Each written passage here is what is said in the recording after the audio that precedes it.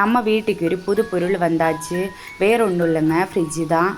First கடைக்கு போய் fridge சும்மா பார்த்துட்டு வருவோம் அப்படின்னு சொல்லிட்டு ஃப்ரிட்ஜை புக் பண்ணி இந்த ஃப்ரிட்ஜை ஓகே பண்ணிவிட்டு வந்தாச்சு. பிடிச்ச கலர் இல்லாததுனால அவங்க மண்டே டியூஸ்டே வந்துடும் அப்படின்ட்டாங்க. ஆனால் ரொம்ப நாள் வெயிட் பண்ண வைக்கல, கரெக்டாக மண்டேயே வந்துருச்சு. வந்து ஒரு தாத்தா தான் அந்த ஃப்ரிட்ஜு கொண்டு வந்தாங்க. ரொம்ப கஷ்டப்பட்டு, ஏன்னா பெருசாக இருக்கனால ரொம்ப கஷ்டப்பட்டு கொண்டு வந்தாங்க. உள்ள பாக்ஸில் வச்சுட்டே இருந்தோம். பாப்பா போய் பார்த்து எப்போ ஓப்பன் பண்ணுறதுன்னு பார்த்துட்டே இருந்தான்.